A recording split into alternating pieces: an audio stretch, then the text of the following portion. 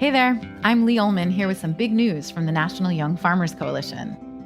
We're partnering with Heritage Radio Network on a special season of The Farm Report. It's all about what's happening with the Farm Bill and how it impacts farmers and eaters. I am growing diversified vegetables on land that's been in our family for 150 years. And so with the pandemic, gentrification, property values going up, we had to sell the land and we lost it. Join us as we uncover the untold stories behind this massive piece of legislation that shapes how we grow our food, what we eat, and so much more. The problems we have had, those are things that come from earlier Farm Bill and USDA policy, right? Like Earl Butz, get big or get out. You know, it's my responsibility to know not only what I'm eating, but then like how that all came to be. And realize like, wow, like this piece of legislation, all this money, like it's technically something that I support as a taxpayer. While Congress debates the next Farm Bill, this is not just an invitation to listen. It's a call to action. Be part of the conversation. Subscribe to the Farm Report on Heritage Radio Network, wherever you listen to podcasts. This episode is brought to you by Square. If you run a restaurant or business, Square has the tools to help you stay connected to your customers, shift your business, and navigate this uniquely challenging time. Learn more at square.com/go/snacky. HRN is offering complimentary business memberships to 50 Black, Indigenous, people of color-owned food businesses this summer. The deadline to apply is July 31st. Each business membership, a $500 value, is an advertising opportunity that will allow businesses disproportionately impacted by COVID-19 to connect with HRN's listening community and promote their work. To apply and review the terms and conditions, go to heritageradionetwork.org/biz. Hey everyone, welcome to Snacky Tunes. I am one of your hosts, Darren Bresnitz. We all hope that you are staying safe and going out to protest and reading up and staying involved and active. If you're looking for some resources about how you can support Black Lives Matter or support Black restaurants or get involved in any way, heritageradionetwork.org has a lot of great resources on the website. Please check them out. And also take a moment to read our dear friend Kathy Airway's new article about food media and dealing with racism. It's a really, really insightful article, a great piece, and congratulations to Kathy for another great piece of writing. We are super excited to have Christy Vega, who is from Casa Vega here in Los Angeles. We talk about reopening and what it means to be a restaurant in LA and how to balance both a business and being safe. It's a really great insight, and we talk about a lot of the delicious food that they are serving. And then right from Queens, we have Glassio, who brings us some dreamy, very lyrical electronic music. It's really great, really good summer jams, and just a lot of fun. So please sit back, relax, and enjoy Snacky Tunes here on heritageradionetwork.org. We talk about food. We talk about music with musical dudes. Finger on the pulse, Snacky Tunes.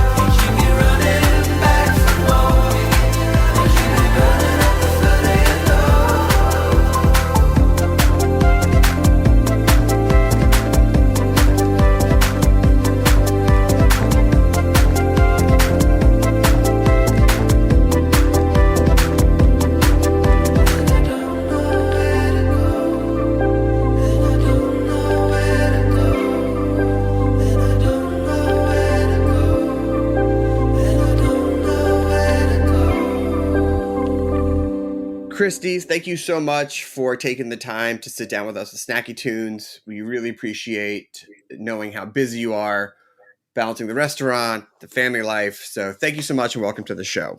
Thank you for having me. So, Casa Vega is an institution in Los Angeles. It's been around for over 6 decades, and it's not the first time the restaurant has gone through a national or regional issue that's affected the business. How is this different from you versus what you've had to go through in the history of the restaurant? Well, this is our first pandemic we've gone through. So, we've gone through pretty much everything at the restaurant. But this is definitely different because I feel like with other issues we've gone through, it seems like a lot of hard work and determination and perseverance, which I think perseverance is still key here, but can help get you through. And this is one of these things that when it all started, I remember looking at my GM being like, I don't know how hard work can't get us really through this. Right. Yeah. Yeah, I mean, look, hard work is tantamount in running any successful restaurant, but there has to have been situations in the past where maybe you were staring down at it, it looked impossible, and then you got through it. Can you share maybe any lessons you've learned from the past in those situations where at the outset it just looked like you weren't going to make it through, and then maybe you came back even stronger? Most definitely. I've definitely gone through those experiences, and where sometimes something seems so bleak and so horrible, and that a turn of events could not be worse. What I've learned is that usually those turn of events, it's all meant to be, and that they produce a lot of silver linings, and that in the end, as bad as they are, the universe usually has a way of lifting you up even higher than you were before. So, we've had something where we had an incident a few years ago that got, kind of a media storm of salacious, overblown news. And I thought, I don't know how we're ever going to really pull through this, but we did. And we persevered and we determined. And then, a few years later, we're on, Quentin Tarantino's new movie. So I think sometimes things have a way of working them out. And even the most disappointing events is what I've learned can have happy endings. And that's really what I feel about the pandemic that's happening now, is that it's really hard and disappointing, but hopefully there'll be some restaurants, and more than not, that get their way through it and maybe in the end found some silver linings. Having been through, a situation like you just alluded to and other situations, is there advice that you can share with restaurateurs who maybe haven't been in the business as long as you? And what comes to mind is actions or decisions made in the moment, which you feel maybe, oh no, that may not have been the right thing, or I didn't know what I was doing, I didn't have all the information, but being able to make decisions and not get held back by them, and knowing that like situations evolve. Yeah, I mean, it's scary making decisions for a whole business and the weight that goes with that. But I think the biggest advice I have is to go with your gut. Your gut is generally always right. And when you're doing the right thing and you combine it with your gut instinct, then I really think things always work out. I mean, the way I run Casa Vega, and my family always has, is doing the right thing by everybody and being the best business owner by our employees and our customers that we can. And no matter if that gets distorted for a period of time, you keep working super hard with the best ethics you can, and that generally it will reveal itself. And I think that, having that right of attitude and that mindset gets you through these times. Yeah, I mean, that's sometimes you just got to make a decision, and there are people that are relying on you to make a decision. Yeah. I know that you decided to shut down pretty much for like the first month or month and a half after the city and the state shut down the restaurants. Why did you want to pause there instead of immediately pivoting to a new form of business? It was a tiered level decision. At first when I heard it, part of the problem was we didn't know how long this was all happening. When they first told us it was dine-in, the stay-at-home order was going around was 2 weeks. So I thought, oh, we can limp through 2 weeks. We're horrible at food to go, or we were. Now we're great at it, but it was never something that we really were set up for or even liked to do.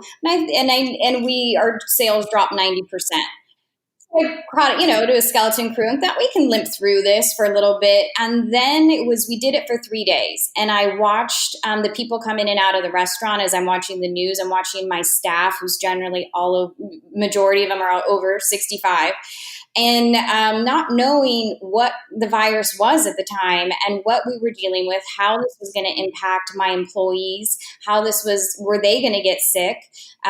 Serving on 10% of sales were we going to get any customers sick? Could we pass this along to anybody? I'm a mother of 4 and my father is 86 and we were all working. I thought, what are we doing? Like, for a couple $100 net a day, I think it's just the better and safer thing to shut down until I'm confident that I can run a safe business. And, there's a lot of liability when you run an operation, and we serve the public and we serve elderly and we serve young people. And I just wasn't confident in what was happening.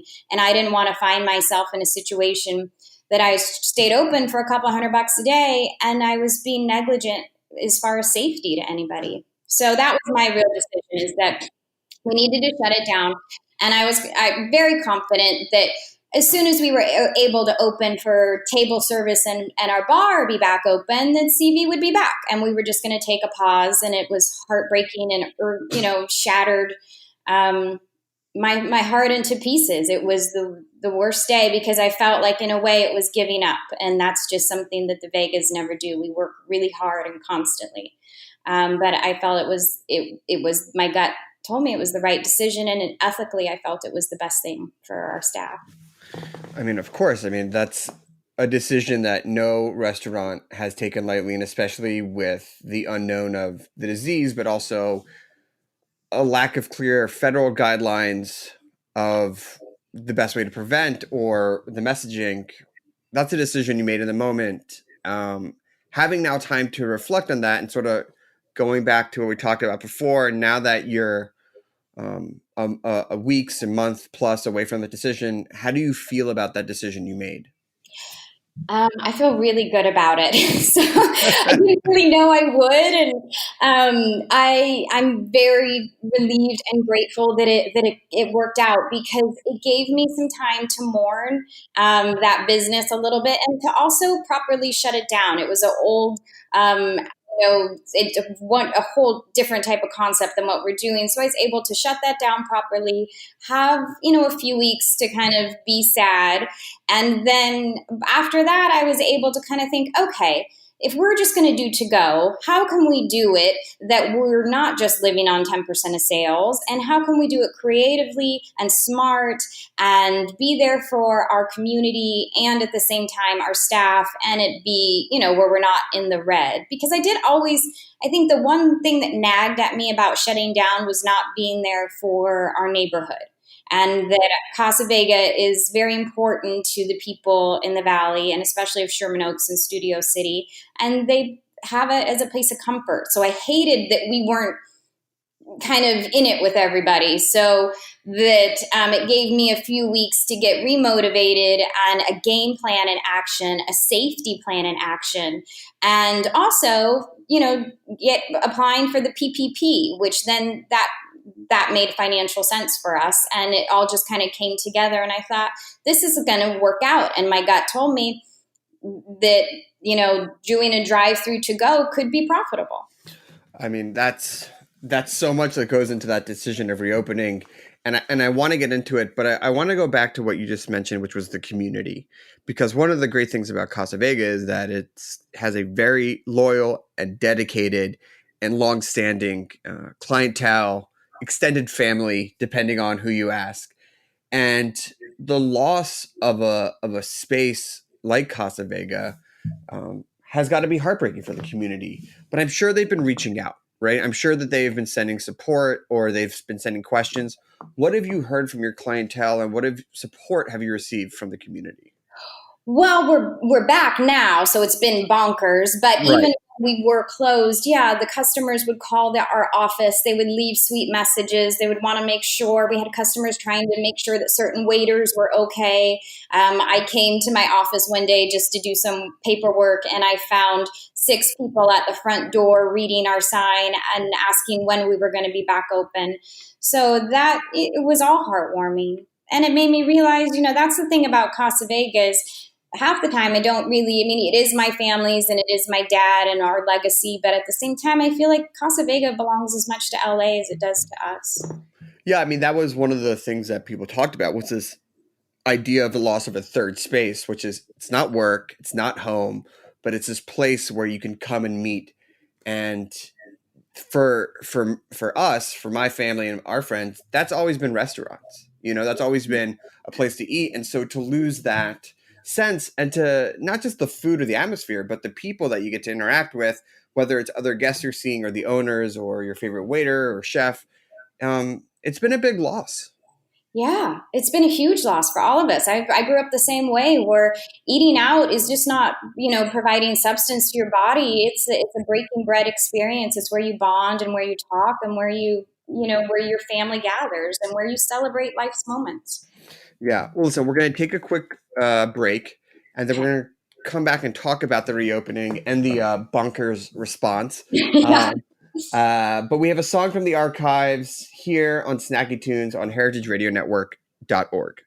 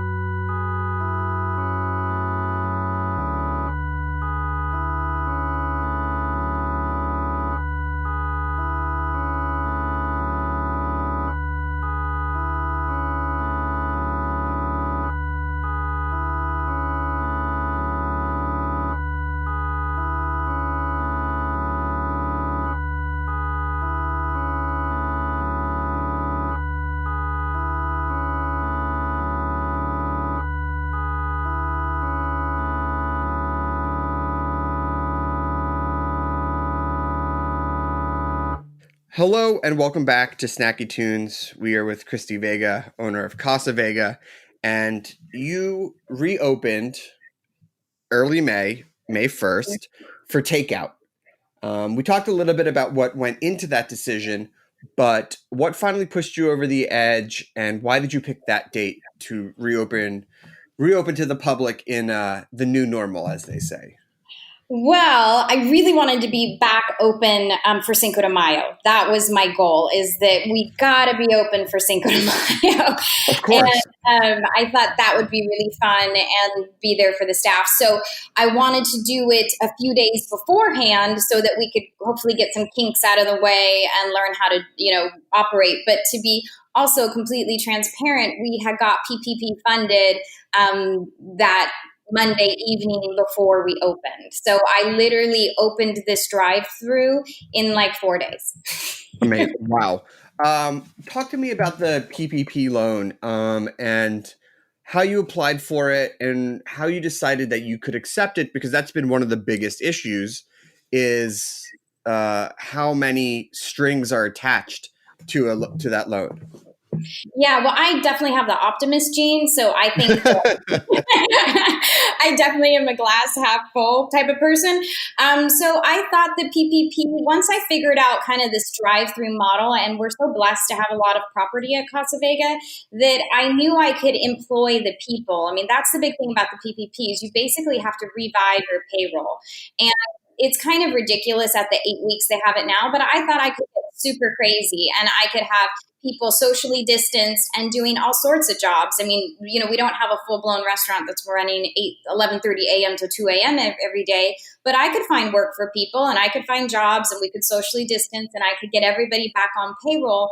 And my thought was, if I can get my guys back and my staff back, which mean the world to me, and get them paid, that's, win number one. And win number two is if I can design this sort of drive-through elaborate system where then I'm using all my payroll and all I really have to make a profit on are my cost of goods with the PPP, because, it's a little bit, it has some rent relief in there and some utilities. So I thought that was pretty motivating, that getting my guys back to work and then the money that I could generate from my cost of goods, I could use to spray down the liabilities that we shut down with at no notice from the city. And that hopefully when we got back to a dine-in sort of service at whatever capacity, that we were in a better economic health to make that venture and, pivot in whatever direction we're going to need to.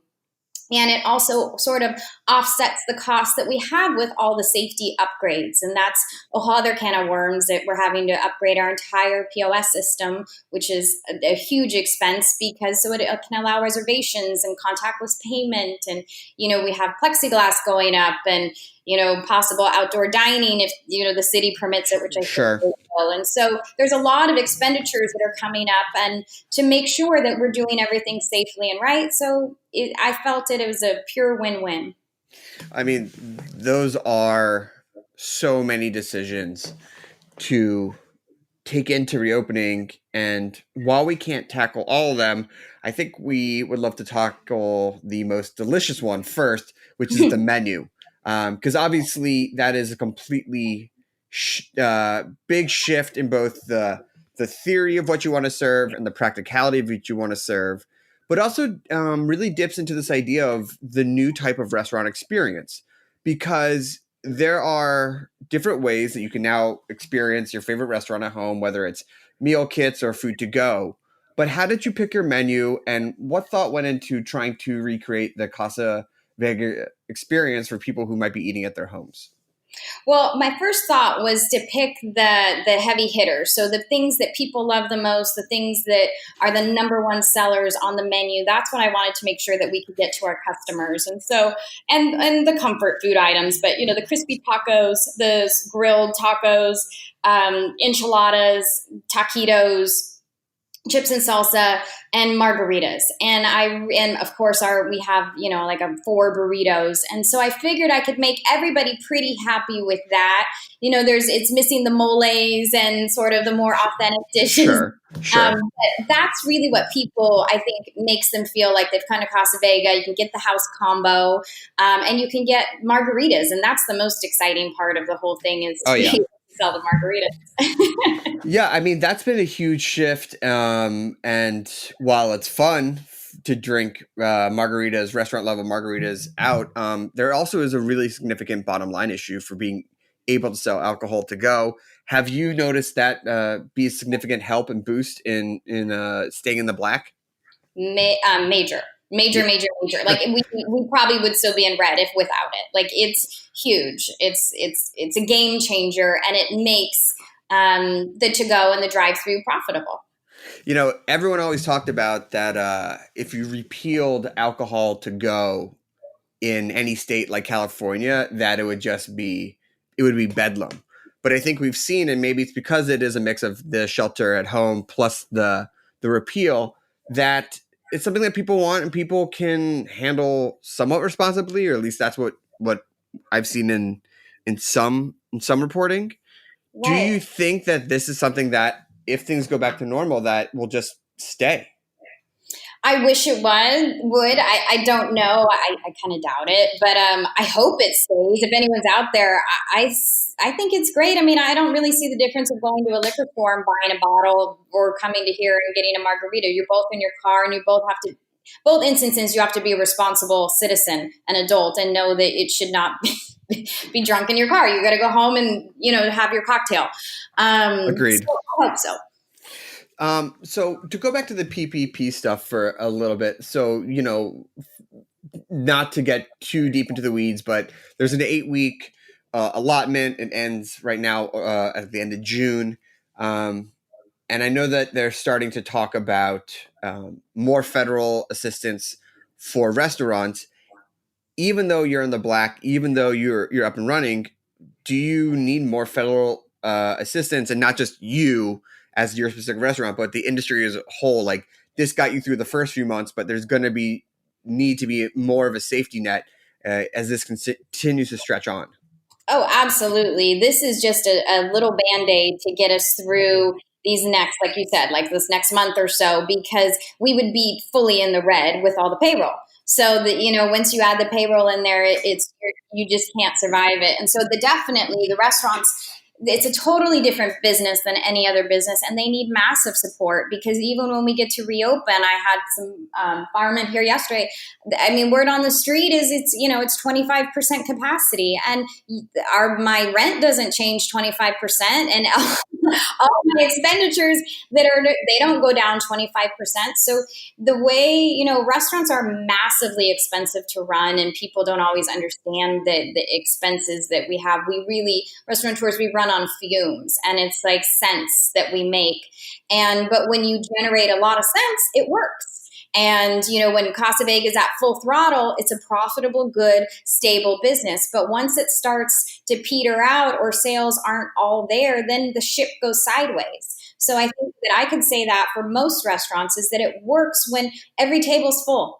And when you're doing your max capacity is when it works. When it's not, you die. So if the government's going to mandate that we be at 75% less business, how could we survive?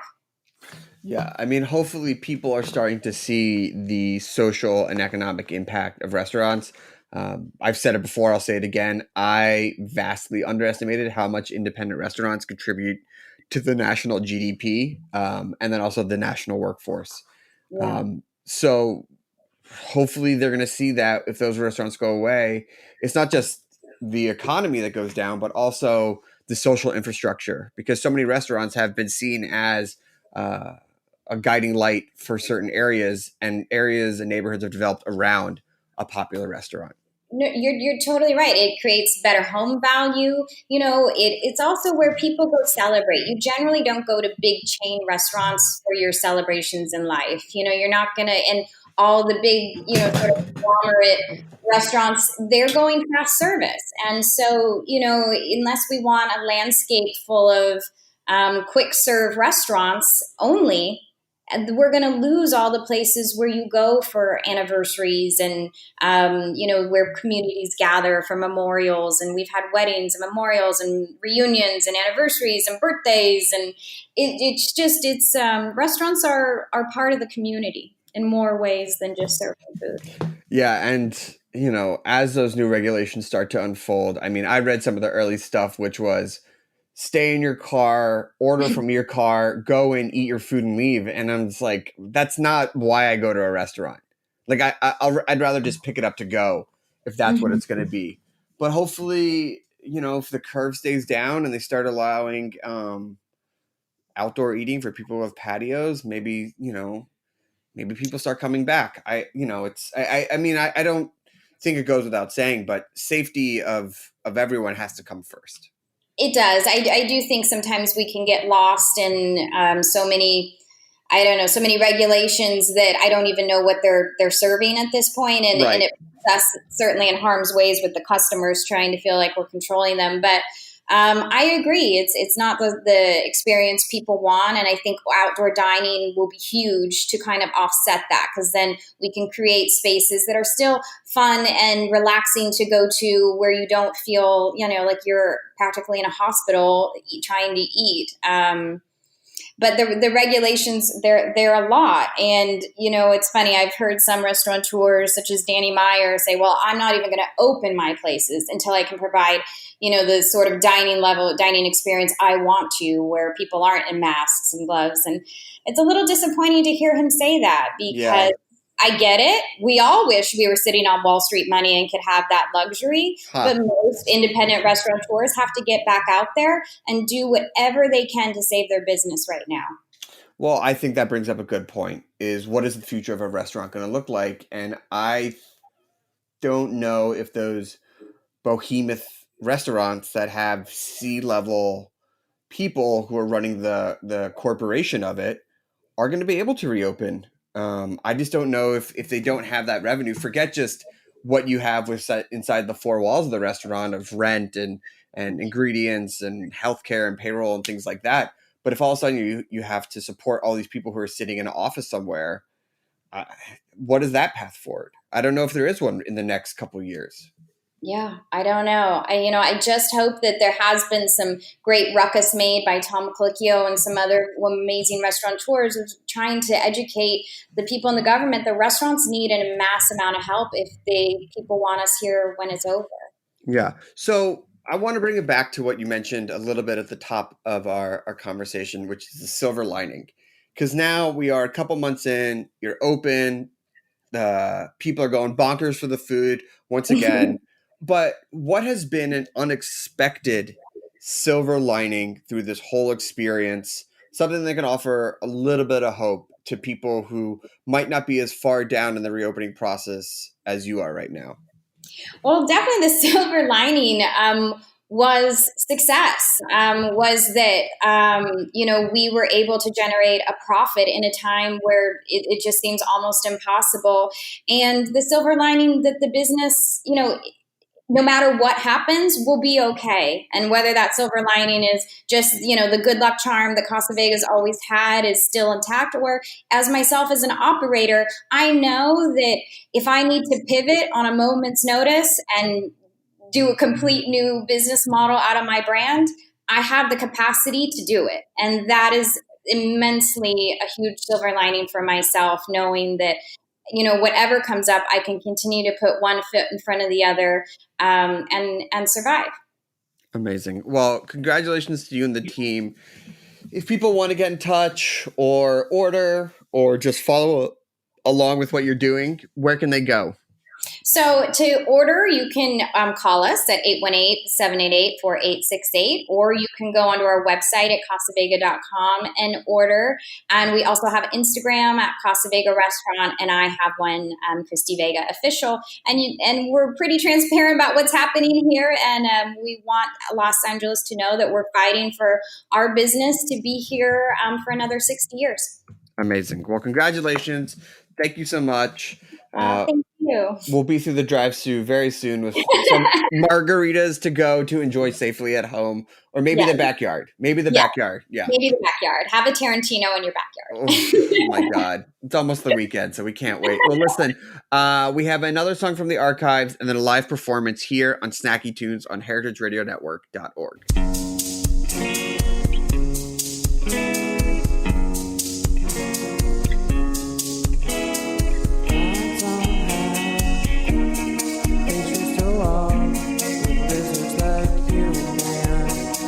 You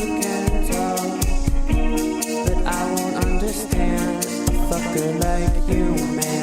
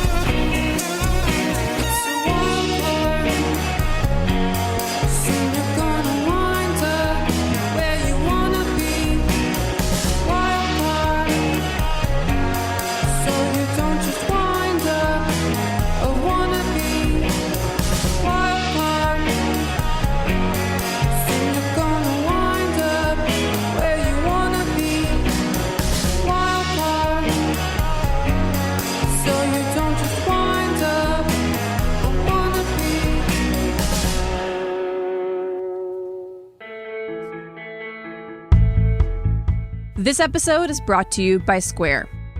You might know Square from their little white card readers, but Square has a lot more tools that can help businesses, especially now that they're having to figure out how to safely reopen and make things work in this new normal. So many are stepping up to the challenge, like Fifth Hammer Brewing in Long Island City. To adapt, Fifth Hammer's co-owner Mary Izette created a Square online store so customers could browse available beers, build an order, and safely pick up cans from the tap room.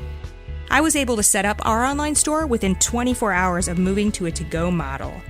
The Square online store allowed Fifth Hammer to keep beer production going, serve their local customers, and retain employees. It's also very easy to train your staff on. They will be able to receive, fulfill, and provide your customers with a contactless pickup in no time. If you're a business owner, Square wants you to know it has tools that can help you shift your business, like Fifth Hammer is doing. No matter if you're brewing beer, baking bread, or mixing to-go cocktails, you can start taking online orders in minutes with pickup and delivery. And if you're selling in person, Square can help you accept contactless payments. All these tools work together and they're all in one place. You just need a Square account to get started. See all the ways Square can help your business right now by visiting square.com/go/snacky. Hello, welcome back to Snacky Tunes. We have Glassio here from Queens, New York. Welcome welcome to the show, and thank you for reaching out to us. We really appreciate it. Thanks very much for having me. I've been a fan for a while and happy to be on. Oh, well, we are happy to hear from you and talk to you about the upcoming record and your creative process. Speaking of the creative process, the last few months and especially the few weeks have been a really unique time in America and the world. Something that obviously we will never forget and hopefully we'll never live through again. But as an artist, how have you processed everything and what has inspired you? And of what's inspired you, how have you put that into your art? Yeah, so I think when it comes to like how I absorb the world around me and try to reproduce it in a way that's artistic, I think I usually need some time to process, like all of us do, and to think of ways that talk about the subject in a way that's tasteful and then also true to my identity. I think that's super, super important. I've always been very nervous about exploiting situations for artistic gain, such as when COVID-19 started rising in March. I was on Hype Machine and I literally saw a band called COVID-19. And that being the extreme version of doing something the wrong way. So I definitely like taking time to think and pause and document how it affects me, which feels genuine. And I think there are lots of different people that could relate to that experience.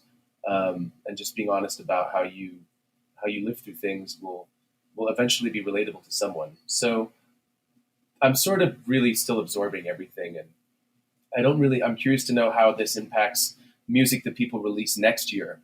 If we come out of this and it was a sort of momentary chapter, will music scenes evolve that are sort of fun and chaotic? Like I sometimes think about the New York music scene after 9/11, from what I've read about it and the kinds of bands that erupted out of the electroclash scene. And I don't know if you've read Meet Me in the Bathroom, but it is. No, I've read it, but I was also there. A little bit older. Fair enough. It was such a visceral reaction of what was going on, and you could see that people had processed that and turned that into art. And with COVID-19 and now the Black Lives Matter protests, I think you're going to see a lot more explosive and politically driven and art that I think you're going to get away from maybe a little bit of the pop stuff and see more stuff that has thought and purpose behind it. Yeah. Something that's less escapist than maybe previous moments, I'm imagining as well. Yeah. Well, it's funny that you say that, because in digging into your music and the writings on your music, what you talked about it is that you really think that the type of music, this electronic music you make, is a really good type of music for storytelling, which when you think of electronic music, or especially where it's sort of gone in the last few years, it's not really a place you go for stories. Yeah. But why do you feel that the music you make and this bedrock of sounds is really good for telling a narrative? I think that the way electronic music has been consumed it's been very visceral for the most part, and I think there's something fun there. There's a lot of room to play. There's something fun you can do by introducing something viscerally, but then adding layers to it that, from a cerebral level, you respond to differently. I think I've always I grew up as a singer-songwriter before I started producing, and I was, when I was 16, I was going to the coffee houses and the open mics and just like listening to every Paul Simon solo record, like back to front. And I think when I started getting into dance music, I always had this image of if like Neil Young made a record on the moon, which he kind of did with Transformer Man, but something that could have been a bit more like something a bit more sweeter. I like the idea of making electronic music that feels sweet and lullaby-like, and that's always been of interest to me. I'm not sure if that answers the question, but it definitely, like, there's imagery that I've always thought of when I think about making the music I make. Well, to tie it back to what we talked about in the first section, there sometimes could be a vapidness with electronic music where it is just tracing a trend and not really saying anything or distilling complex emotions and thoughts into one or two repetitive lines, whose ultimate goal may not be the actual spreading of story or personality or thought. But you have a lot of introspective lyrics, and I think when you tie those with the genre of music, it does create something new, and I think something that's probably going to be an easier shift in processing the type of current events into your art than maybe what some other people might be dealing with the music they make. Yeah, I think so too. I've always liked the irony of, like, making something that was meant for a rooftop party, but having something that lyrically suggests introspection and an introspective experience. It's always been, I've always liked that sort of juxtaposition, and that's sort of what drives me with this project, at least. I love it. Well, listen, let's get into a song. I believe "Weight of the World" Part 2 is your first track. Yes, that's right. And what's the story behind it? I wrote this. It was 2017, and I think it was late summer. I was basically wanting to talk about things that the world felt like a huge mess back then, which was, like, compared to now. I mean, it's silly to say, but I basically wanted to write a song that was a social commentary on political events and things around me, and I felt really overwhelmed by the news. So that was Weight of the World 2. Awesome. Well, here we go. Glassio live on Snacky Tunes on heritageradionetwork.org.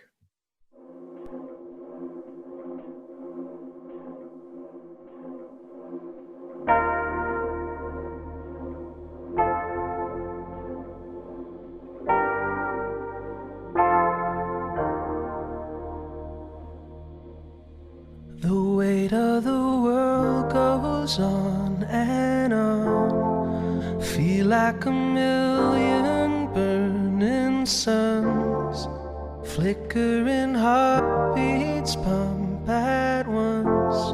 Now it's one more second till midnight, then I'm done. The weight of the world goes on and on, with fractured commotion, bruising sun. I feel it beneath my skin at dawn. Now it's one more second till midnight, then I'm gone. I'm gone where my heart beats on the blade, and I'm gone where the river burns through the lake. When I fall, I hope I fall wide awake, and I know I'll be making all the same mistakes without you. Without you. Without you. Without you. Visions are louder on the cruise. Faithful companions always lose. Lost in a father's drinking blues. I can't seem to make up my mind now, and it's so hard to choose. The frame of the world burns on and on, combusting and breathing simple songs with natural remedies and songs. You hear them howling at midnight, and they won't be up for long.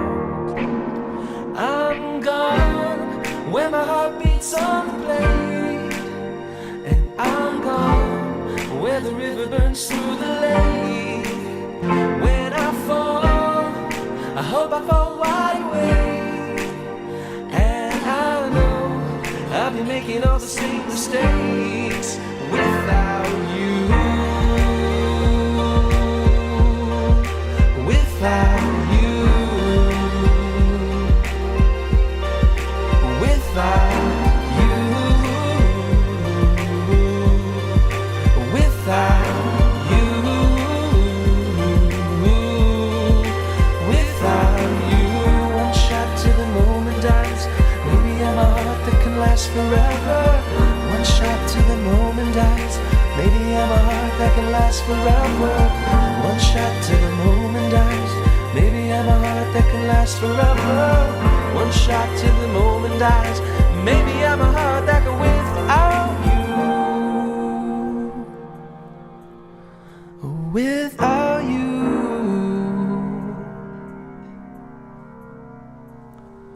Yeah, yeah, yeah, yeah, yeah. Mm-hmm.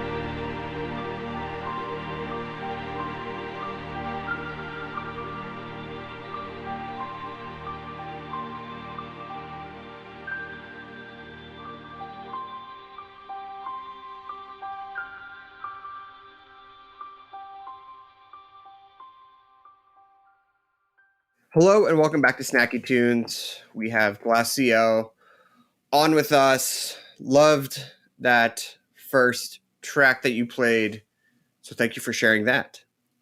Thank you for playing it.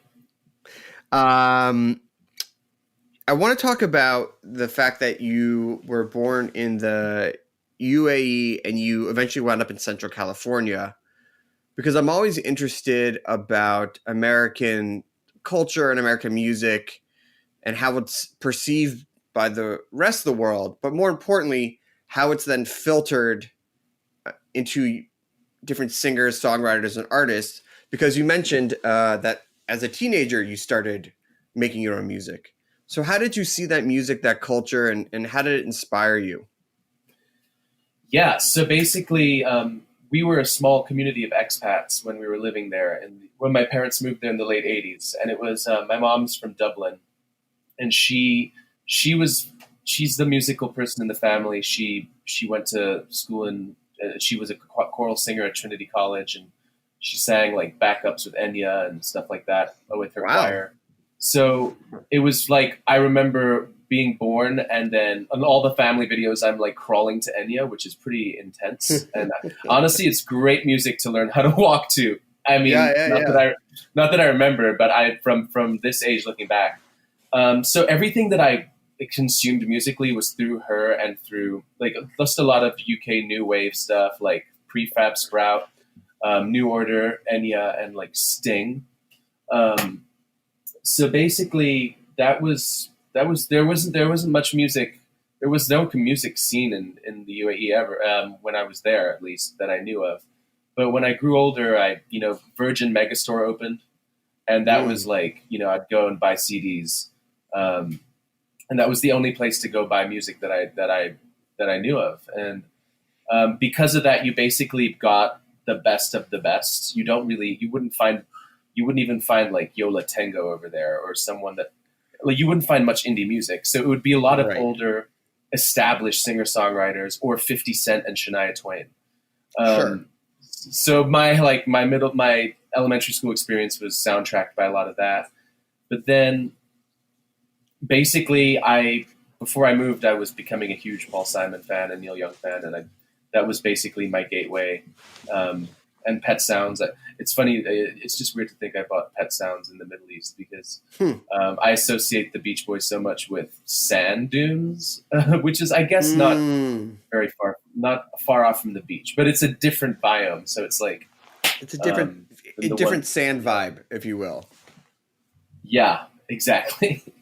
But yeah, the problem with, I mean, I haven't been back to the United Arab Emirates in years, and I think a lot of people that grew up there could say the same thing. There's nothing really homey about growing up there because everything changes, everyone moves away, and people are there pretty much temporarily, like we were. And because of that, it just feels, I mean, I don't mean to be insulting to anyone that's listening, but at least from my perspective, it felt vapid for when I was there, in the sense that I think a Top Man is over my childhood bedroom right now, like a Top Shop. I think I walked into the mall and I tried to figure out where my bed was, and I did it as a joke, but I thought it was kind of funny. I walked into Top Man, in the men's section, and that's where I used to sleep, right near the blazers and the sweaters. Yeah, exactly. Yeah, the discount rack. Yeah. Now, I know that you currently live in Queens, and the Siren Song of New York pulled you there in the late or the early 2000s, 2011, if I remember correctly. Yeah. You know, obviously, if you're into music, New York is a great place to go. So I assume that that's one of the reasons why that drew you there. But what drew you to New York culturally? And, what drew you to Queens eventually? I basically was when I was in high school in California, I was looking into schools, and I wanted to get into Berkeley, Boston originally, like anyone that wants to pursue music. I didn't get in there, but I got into a school at NYU that Clive Davis opened up back in the mid 2000s or so. And it was a music production program, and it also gave you classes on business and like journalism and stuff like that. And it seemed really exciting. And that was obviously one reason. It was the only school I got into. And then New York in itself has just always been, I mean, it's huge. Like, it's always inspired. One of the first movies I ever remember seeing was Escape from New York. And I mean, I think a lot of the music I grew up listening to came out of New York, and I'm not really a fan of LA and cars and traffic. I like the ability to find a bottle of water quickly if I need one. I think it's a helpful city for that. And that was basically it. I absolutely love the city, and it's been heartbreaking even now leaving it. It always hurts me to leave, I love it. I mean, if you ever live in New York, I find that it's such an inspiring city. It is, and it's just there are just so many different neighborhoods that feel similar but just have a completely different tone. And I mean, I love everything. I love having I even love having a crisis in New York. Like I would not want to have the same crisis anywhere else. I should be careful with that language, but yeah, like a micro crisis, something that wouldn't bother you the next day, but that temporarily upsets you. It's a wonderful city. I just love. I'm a big walker as well, and I write a lot of the music I write when I'm walking. So I don't think I could do that as much in a car. I have really bad ideas when I'm in a car. Everything is just really daft. So. Yeah. Well, let's hear another track. I believe the next one is Almost Forgot How to Play Guitar. What is the story behind that one? Well, my dad, like many parents, just doesn't like my newer music as much as my older music, because there's a sentimental value to what I first came up with when I was 16, and also taste. So he was like, you should start playing guitar more, because that was my first instrument. And he says that in a sweet way. It's not like in a degrading way. And I almost did, and I felt like I almost did forget how to play guitar. And it was sort of, this song's on my upcoming album. It hasn't actually been released yet. And I think I was right. I wrote it lying down, and it was the first song I had written on a guitar in about 7 years. It has a little like waltzy pattern to it that's different from the rest of the songs in the album. Well, here we go. Glassio on Snacky Tunes on heritageradionetwork.org.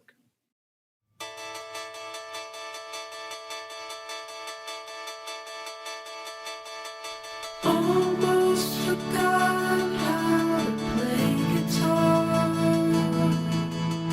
Remember the night that you fell down the stairs at your favorite bar.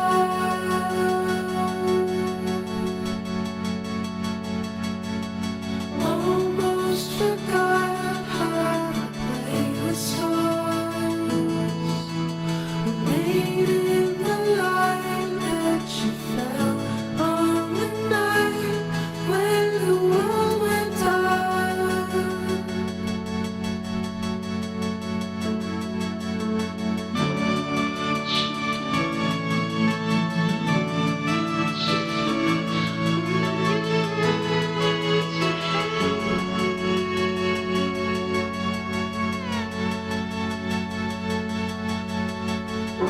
Wanna be another mind, wanna feel another life. It's you in my heart, breaking guitars, pour out the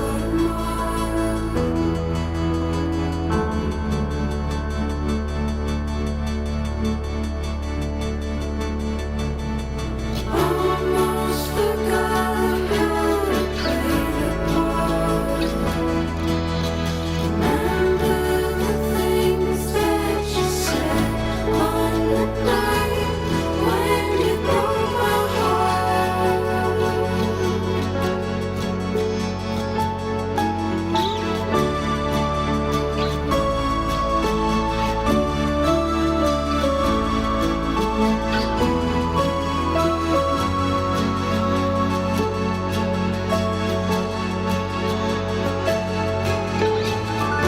Never wanna shake it off, never wanna be something in my heart, breaking through doors, broke down sort of back by you. Almost forgot how to play guitar.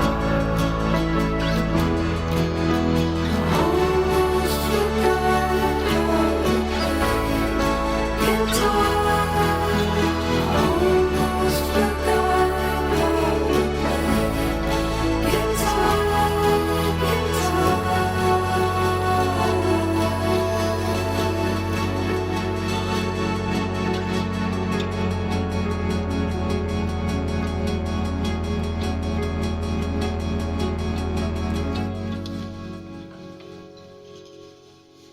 Amazing. Thank you so much for that track. And I know you mentioned it's on your upcoming album, but I wanted to ask you, given everything that's going on in the world right now, what is your thought about releasing an album that you've written either, I assume, before or finishing up before the pandemic and everything that's been going on with Black Lives Matters in the last few weeks? And do you re-examine what you wrote, or do you think about putting out the album? What's your mindset? Yeah, it's a really good question. I was just on the phone with several people working with me on the release and talking about it and trying to figure out a plan. I felt both through the Black Lives Matter movement in the past 2 weeks and COVID, a little uneasy about self-promoting music, and I know lots of my friends feel the same way. So I wrote the album a year and a half ago and started writing it, and has started planning the release dates back in October. My view is my view is I'm still deciding.